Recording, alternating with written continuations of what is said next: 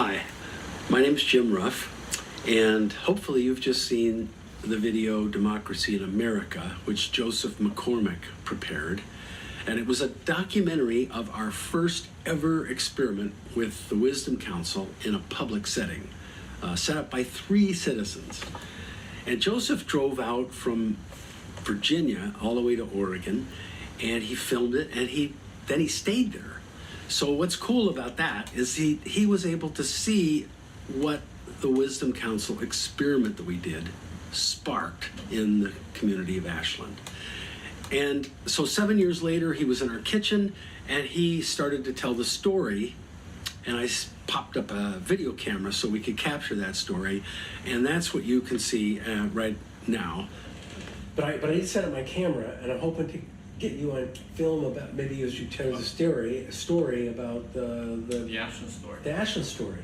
And after the Wisdom Council at that town hall meeting, there were several people that got exactly what was going on, because they saw that these 7 people sitting on the stage that eventually joined the town hall, they were transformed by the experience. And it was essentially the awareness that, I say, who's in charge of who's in charge? It's like, who's in charge?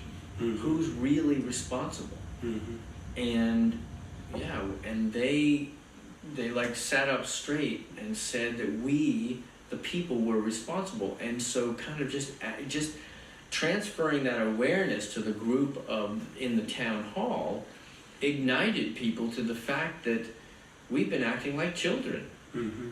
waiting for the parents to tell us what to do. Yes. From that town hall meeting in November, about 25 people got together at Lance's house in December. And I was included in that. And we told the story of the Wisdom Council. That's essentially what the evening was. It was people that weren't there that wanted to hear about the Wisdom Council. And they wanted to hear what this thing was. And that happened. And then kind of a core group began out of that said, well, if we were adults, what does that look like? Mm-hmm. And the first step was we had to get people in the room. We had to recreate kind of the town hall meetings, and we knocked on 400 doors, and the Wisdom Council experience said you got to get a microcosm of the community using random selection. Mm-hmm. In our case, we wanted a microcosm of the community, but we wanted a bigger group, and we chose to just knock on 400 doors.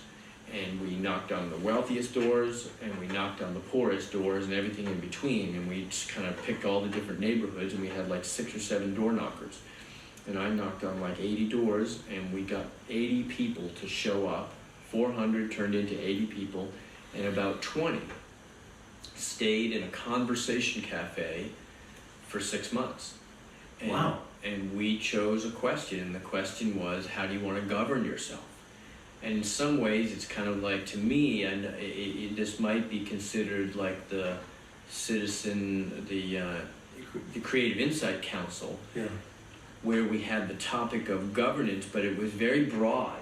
And the reason why we chose that topic is because the officials were asking the same question, and they wanted to replace our Constitution with another Constitution, a top-down Constitution.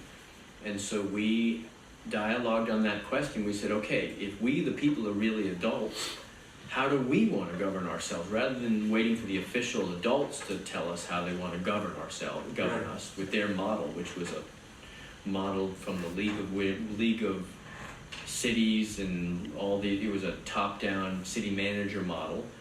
And the Constitution of Ashland had roots in the Chautauqua movement 100 years ago. It was written by people sitting in town hall meetings. Mm-hmm. That's where and so there was a sacredness to this Constitution. It was, how do we deal with the parks? How do we deal with our police chief and our fire and all these other things? And it had come in an emergent process in the Chautauqua domes of Ashland.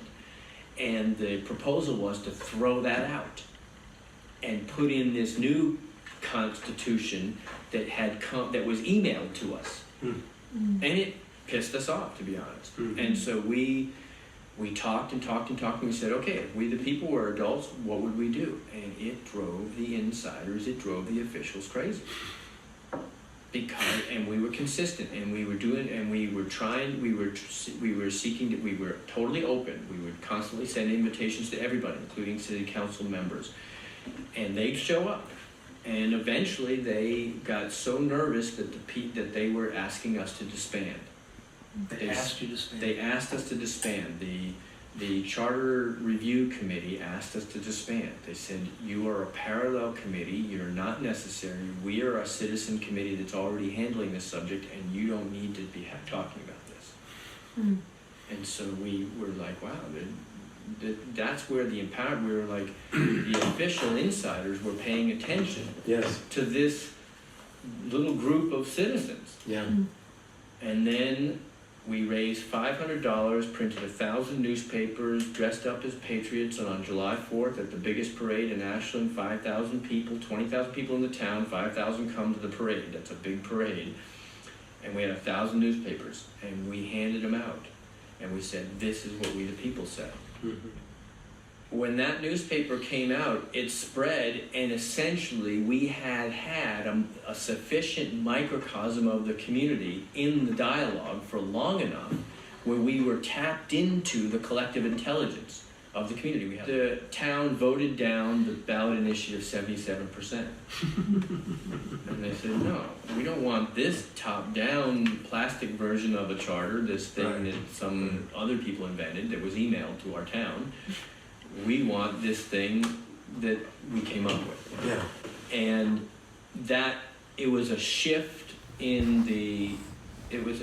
where enough people basically said, this is how we really want to govern ourselves. And it was essentially, and we had principles like, not citizen participation, it was equality of power. Right. So we proved to ourselves, first of all, that the Wisdom Council caused enough people in that room to realize they were adults. They were adults. And that was just that shift. Cool. We had a core group of adults to work with. Mm-hmm. And think of an entire community as governed by 7, quote, adults, Yeah. 6 or 7 adults. We had way more, we had more than that. And we just created a shadow government in some ways. And we call it now a sunshine government. Uh-huh. We created a sunshine government. And it was parallel. And it was inclusive. So that spark of citizen empowerment grew to a critical mass of empowered citizens. Then what happened when people saw that the community totally rejected, a greater number of people said, wow, this is pretty interesting. That nobody lobbied. There was no lobbying effort, but the community just knew what the answer was. That they didn't want the imposed charter, they wanted something else. And the something else, then in that election cycle, about half the city council turned over. In the next election cycle, more of the city council turned over. And some of the basic themes in the city council races became a lot of the themes that were in this newspaper. It was about it was about the code of ethics, it was about the values, it was about the value of equality between officials and citizens. And it was a value of the respectful listening between the Republican decision-making branch and the informal wisdom branch. And we organized a town hall meeting. And we basically had the principle that we were adults. Yeah. And we said, okay, we're not gonna go to the official debate that's done in the old process. We're gonna create our own process. And what we would like is we would like the officials to listen to the people. So we did a town hall meeting using World Cafe and sat down for the first hour and a half, and we just basically said, what's on your mind? And that's exactly how you started the Wisdom Council. Right. You started the Wisdom Council with that question, because it's on film. Yeah. What's on your mind? And that's basically what we asked the room. And that's a scary question very often to people that want to manage an agenda. Right. Because they're just like, oh, don't say it, don't ask that question. Ask them about these things. And we just said, what's on your mind? And people talked for an hour and a half. And the room, and everything percolated up, and the candidates where there were 8 candidates for mayor one night and 8 candidates for city council the next night. And they all came to the World Cafe. Every one of them showed up. It's fascinating because we had created a culture in Ashland where they could not show up. Couldn't not show They up. couldn't not show up. Right. Because we had created that culture. This is in 2007. We had created the culture where, yeah, the citizens are, you know, you can't disrespect these people. Mm-hmm.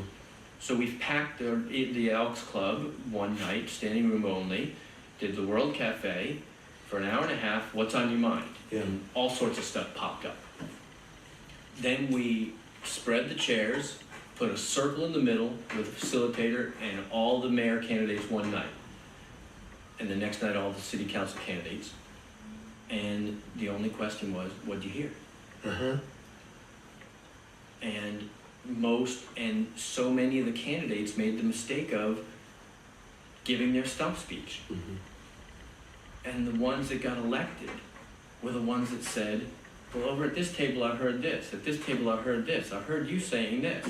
And the mayor, John Stromberg, brilliantly, and you could say that he's a good politician because but he nonetheless, he was clearly above everybody else in saying, this is what I heard. And he was reflecting back what he had heard at his tables.